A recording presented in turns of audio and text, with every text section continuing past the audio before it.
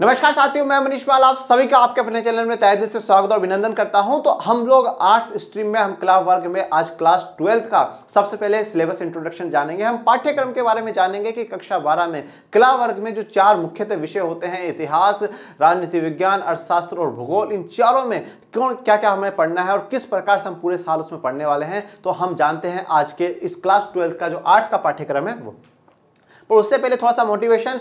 तो ये कौन है? ये हर्बर्ट स्पेंसर है। ये कहता है कि शिक्षा का महान उद्देश्य ज्ञान नहीं बल्कि क्रिया है। तो शिक्षा का सिर्फ ये मतलब नहीं है कि हम बड़ी बड़ी डिग्रियां लेकर के बैठ जाए, वो एक्चुअल में हमें दिखना भी चाहिए, हमारे संस्कारों में दिखना चाहिए। अगर हम शिक्षित होकर के भी एक तुच्छ मानसिकता रखते हैं तो फिर वो हमारी शिक्षा किसी काम की नहीं है। और शिक्षा का सिर्फ और सिर्फ डिग्रियां लेना नहीं, शिक्षा ये भी है कि हम एक सफल स्थान पर पहुंचे, और सफलता के लिए हमें क्या है, बहुत बहुत मेहनत करनी होगी। हमारा सपना यही है कि आप क्या बने, आप अपने स्टेट के बोर्ड टॉपर बने और आप अपने माता पिता का खूब नाम रोशन करें। तो आइए शुरुआत करते हैं। जो चार विषय हैं उनके बारे में जानते हैं: इतिहास, अर्थशास्त्र, भूगोल, राजनीति विज्ञान। देखिए, आप सभी कक्षा 11 में पढ़ करके आ चुके हैं और आप सभी को वैसे पता है कि साइंस के अगर हम कुछ सब्जेक्ट छोड़ दें, फिजिक्स, केमिस्ट्री, बायो और मैथमेटिक्स, और कॉमर्स के अकाउंटेंसी और बिजनेस स्टडीज, उनके अलावा सब कुछ आर्ट्स में आता है, सब कुछ कला वर्ग में आ जाता है। पर मुख्यतः ये चार सब्जेक्ट ही होते हैं। इन चार सब्जेक्ट में से आपको कोई 3 लेने होते हैं और फिर बाकी हिंदी इंग्लिश आपको मिलता ही है। सीबीएसई में फिजिकल एजुकेशन भी दिया जाता है, तो वो एक अलग मुद्दा है। तो हम एक एक के बारे में जानते हैं। सबसे पहले बात करेंगे इतिहास की, हाई स्टोरी या हिस्ट्री की।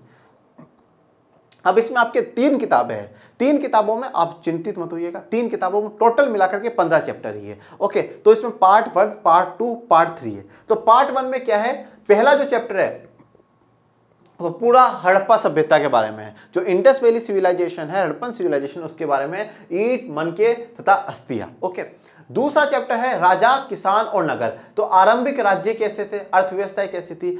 जैसे कि देखिए, आप सभी को पता है कि हमने हमारे इतिहास को क्या है, 3 भागों में बांटा गया है। एक है प्राचीन इतिहास, एंशिएंट हिस्ट्री, एक है मध्यकालीन इतिहास, मिडिवल हिस्ट्री, और एक है मॉडर्न हिस्ट्री या आधुनिक इतिहास। तो जो पार्ट 1, जो भाग 1 है, उसमें आप जितने भी चैप्टर्स पढ़ेंगे वो प्राचीन इतिहास वाले पढ़ेंगे।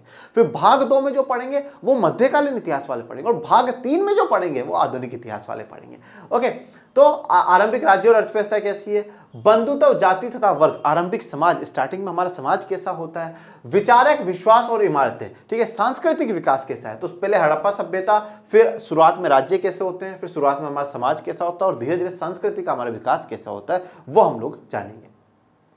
फिर भाग 2 में हमें क्या पढ़ना है, जो चैप्टर नंबर 5 है, यात्रियों के नजरिए से समाज के बारे में उनकी समझ, लगभग 10वीं से 17वीं सदी तक हम उसके बारे में जानेंगे। चैप्टर 6 में है भक्ति सूफी परंपराएं, ठीक है, जो आप ये कह सकते हैं कि धार्मिक जो सुधार भारत में हुए, ठीक है, वो भक्ति सूफी परंपराओं में हम लोग पढ़ेंगे।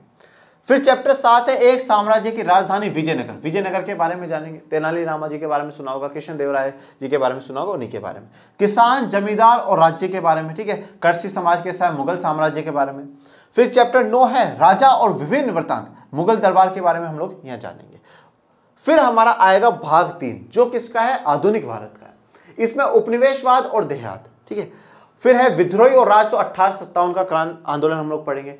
औपनिवेशिक शहर के बारे में जानेंगे, नगर योजनाएं, स्थापत्य, ये कैसे हुआ, ये सब कुछ। फिर है सबसे इंपॉर्टेंट पर्सनैलिटी, महात्मा गांधी और राष्ट्रीय आंदोलन। फिर विभाजन को समझना, बहुत दुखद विभाजन ये हुआ, इस विभाजन को समझना आपकी आंखों में आंसू आ जाएंगे। और फिर है संविधान का निर्माण, कि संविधान का निर्माण कैसे हुआ, और फिर संविधान के निर्माण के बाद की जो कहानी है वो हम लोग पढ़ेंगे राजनीति विज्ञान में या पॉलिटी में। ओके, तो ये हमारा इतिहास की जो 3 किताबें थी, उनमें टोटल 15 चैप्टर है। ये आप लोगों को पढ़ने, बहुत इंटरेस्टिंग चैप्टर है, बहुत अच्छे चैप्टर्स हैं।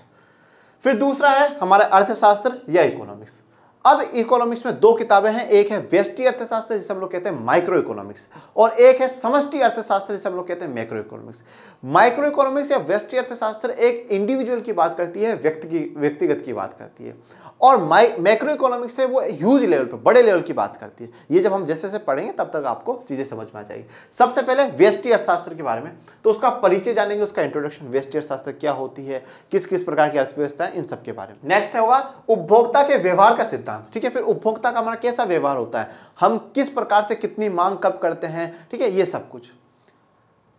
फिर है चैप्टर नंबर 3, देखिए चैप्टर नंबर 3 इसमें लिखा हुआ नहीं है, मैं लिख देता हूं। चैप्टर नंबर 3 है उत्पादन तथा लागत, उत्पादन तथा लागत। तो उत्पादन कैसे करते हैं और उसमें कितनी लागत लगती है, कब प्रॉफिट कब नुकसान, वो सब कुछ। फिर पूर्ण प्रतिस्पर्धा की स्थिति में फर्म का सिद्धांत, पूर्ण प्रतिस्पर्धा, ठीक है, जब फुल कंपटीशन होगा तो फर्म का क्या सिद्धांत होगा। अब आप सोचोगे सर ये क्या क्या बता रहे हो भैया, बहुत इंटरेस्टिंग है ये चीज, पर अभी सिर्फ आप नाम सुन रहे हो ना इसलिए आपको बुरा लग रहा है। जब आप पढ़ोगे ना डिटेल में, इकोनॉमिक्स सच में बहुत इंटरेस्टिंग सब्जेक्ट है। फिर चैप्टर 5 आएगा बाजार का संतुलन, हमें बाजार को कैसे संतुलन में रखना चाहिए। और फिर चैप्टर 6 आएगा प्रतिस्पर्धा रहित बाजार, जहां पे कोई प्रतिस्पर्धा हो ही ना, जहां पे नो कंपटीशन वाले जो मार्केट होते हैं वो कैसे होते हैं वो हम लोग जानेंगे। तो ये हमारा जो व्यष्टि अर्थशास्त्र है उसके बारे में। फिर समष्टि में आ जाओ तो समष्टि में भी सबसे पहले तो परिचय जानेंगे, इंट्रोडक्शन, समष्टि होता क्या है। फिर राष्ट्रीय आय का लेखांकन, राष्ट्रीय आय के बारे में जानेंगे। उसके बाद है मुद्रा और बैंकिंग, बहुत इंपॉर्टेंट चैप्टर, बहुत इंटरेस्टिंग चैप्टर मुद्रा और बैंकिंग। फिर आय और रोजगार के निर्धारण कि भाई इनकम और एम्प्लॉयमेंट को हम कैसे निर्धारित कर सकते हैं। फिर है सरकारी बजट एवं अर्थव्यवस्था, सरकारी बजट एवं अर्थव्यवस्था के बारे में। और लास्ट है खुली अर्थव्यवस्था, समष्टि अर्थशास्त्र, ओपन जो इकोनॉमी होती है उसके बारे में। यह हमारा इकोनॉमिक्स का भी जो सिलेबस है वो भी कंप्लीट। तो अब हम लोग जानेंगे भूगोल के बारे में, ज्योग्राफी के बारे में। क्लास 12th में ज्योग्राफी की 2 किताबें हैं, एक है भारत लोक और अर्थव्यवस्था, ठीक है, पहले उसके बारे में जानेंगे। और फिर दूसरी है मानव भूगोल के जो सिद्धांत है, मूल सिद्धांत है, फंडामेंटल्स ऑफ ह्यूमन ज्योग्राफी, उनके बारे में। तो भारत वाली जो किताब है उसमें पहला चैप्टर है जनसंख्या का, पॉपुलेशन का, ठीक है, जनसंख्या कितनी है, किस प्रकार से वो बढ़ी है, कब घटी है वो। फिर प्रवास, माइग्रेशन, एक जगह से दूसरी जगह लोगों का जाना, उनके कारण परिणाम सब कुछ। और फिर मानव का विकास कैसे हुआ वो। फिर चैप्टर 4 में हम मानव बस्तियों के बारे में पढ़ेंगे। उसके बाद भू संसाधन तथा कृषि, जल संसाधन, खनिज तथा ऊर्जा संसाधन, ये सब 10th में पढ़ा हुआ याद आ रहा है आपने सब कुछ, 9th 10th 11th में पढ़ा होगा, बस वो अब थोड़ा सा और अच्छे से और गहराई में जाकर के हम लोग पढ़ेंगे। फिर चैप्टर 8 है निर्माण उद्योग। चैप्टर 9 है भारत के संदर्भ में नियोजन और सतत पोषणीय विकास, तो भारत के संदर्भ में नियोजन और सतत पोषणीय विकास। फिर चैप्टर 10 है परिवहन तथा संचार के बारे में। और चैप्टर 11 है अंतर्राष्ट्रीय व्यापार के बारे में। चैप्टर 12 है हमारा भौगोलिक परिप्रेक्ष्य में चयनित कुछ मुद्दे और समस्याएं, कुछ जो मुद्दे और समस्याएं हैं जो भूगोल से जुड़ी हुई हैं, जो पृथ्वी से जुड़ी हुई हैं, भारत से जुड़ी हुई, उनके बारे में। फिर आएंगे मानव भूगोल वाली किताब में, तो अध्याय 1 मानव भूगोल की प्रकृति एवं विषय क्षेत्र। अध्याय 2 है विश्व जनसंख्या के बारे में, वहां पे भारत की जनसंख्या है, फिर विश्व की जनसंख्या। फिर इसमें जनसंख्या का संगठन कैसे हुआ वो, और फिर मानव विकास कैसे हुआ। अब वहां पर भी मानव विकास, यहाँ पर मानव विकास, पर वो सिर्फ और सिर्फ भारत की स्थिति में, ये पूरे विश्व की स्थिति में। फिर इसमें प्राथमिक क्रियाएं, प्राइमरी सेक्टर, फिर द्वितीय क्रियाएं, तृतीयक और चतुर्थ क्रियाकलाप। अब ये सब पहले 10th में 1-1, 2-2 पैराग्राफ में पढ़े थे, अब यहाँ पे 1-1 चैप्टर आ गए। परिवहन एवं संचार के बारे में और अंतर्राष्ट्रीय व्यापार के बारे में, ये हमारी 2 किताबों की कहानी है। और एक चैप्टर पढ़ेंगे मानव बस्ती, तो मानव बस्ती हमने भारत वाले में पढ़ा, पर यहाँ पे विश्व के संक्षेप में पढ़ेंगे, विश्व के हिसाब से मानव बस्तियां कैसे बनी है। फिर आते हैं हम राजनीति विज्ञान, पॉलिटिकल साइंस में।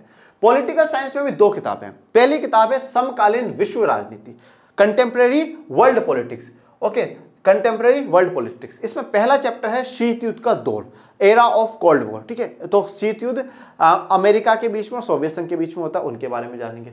फिर 2 ध्रुवीयताओं का अंत, ये कैसे एंडिंग हुआ, ये जो 2 गुट बटे हुए हैं ये कैसे टूट जाते हैं वो जानेंगे। समकालीन विश्व में अमेरिकी वर्चस्व, अमेरिका किस प्रकार से पावरफुल बनकर के उभरता है वो। सत्ता के वैकल्पिक केंद्र, अमेरिका के अलावा और कौन कौन पावरफुल है। समकालीन दक्षिण एशिया, दक्षिण एशिया के बारे में जानेंगे। अंतरराष्ट्रीय संगठन कौन कौन से होते हैं, ये वर्ल्ड बैंक, संयुक्त राष्ट्र संघ, इन सब के बारे में। समकालीन विश्व में सुरक्षा क्या है, पर्यावरण और प्राकृतिक संसाधन के बारे में। और फाइनली हम वैश्वीकरण के बारे में जानेंगे। तो ये बुक जो है ये विश्व के बारे में। फिर एक किताब है स्वतंत्र भारत में राजनीति, जैसे मैंने कहा था ना कि भारत में संविधान के निर्माण के बाद आप किसमें पढ़ोगे, पॉलिटी में, तो वो इसमें राष्ट्र निर्माण की चुनौतियां। तो 1947 हम आजाद होने के बाद हमारे पास क्या क्या चुनौतियां होती है वो देखेंगे। एक दल के प्रभुत्व का दौर, ठीक है, एक पार्टी किस प्रकार से देश पे राज करती है वो जानेंगे। नियोजित विकास की राजनीति क्या है, विकास कैसे होता है वो जानेंगे। भारत के विदेश से संबंध कैसे हैं वो। कांग्रेस की प्रणाली में क्या क्या चुनौतियां होती है और किस प्रकार से वो पुनः स्थापना करती है वो सब कुछ। लोकतांत्रिक व्यवस्था का संकट, इसमें हम आपातकाल के बारे में पढ़ेंगे, जो 1975 में जो इमरजेंसी लगाया गया था इंदिरा गांधी जी के द्वारा 25 जून 1975, उनके बारे में। जन आंदोलनों का उदय, तो इसमें अलग अलग जो समुदाय हैं उनका किस प्रकार से वो आंदोलन करते हैं, उनका राइज होता है, वो जानेंगे। क्षेत्रीय आकांक्षा और भारतीय राजनीति नए बदलाव, तो फिर जो नए बदलाव आए हैं उनके बारे में जानेंगे। तो इसी के साथ हमारा जो क्लास 12 का जो सिलेबस इंट्रोडक्शन है वो भी कंप्लीट होता है। तो आप इस सिलेबस को ध्यान में रखिए, दिमाग में रखिए और जुट जाइए 90+ की तैयारी में एक बेहतर भविष्य के लिए। और तो मिलते हैं अगले वीडियो में, तब तक के लिए थैंक यू सो मच। जय हिंद, जय भारत।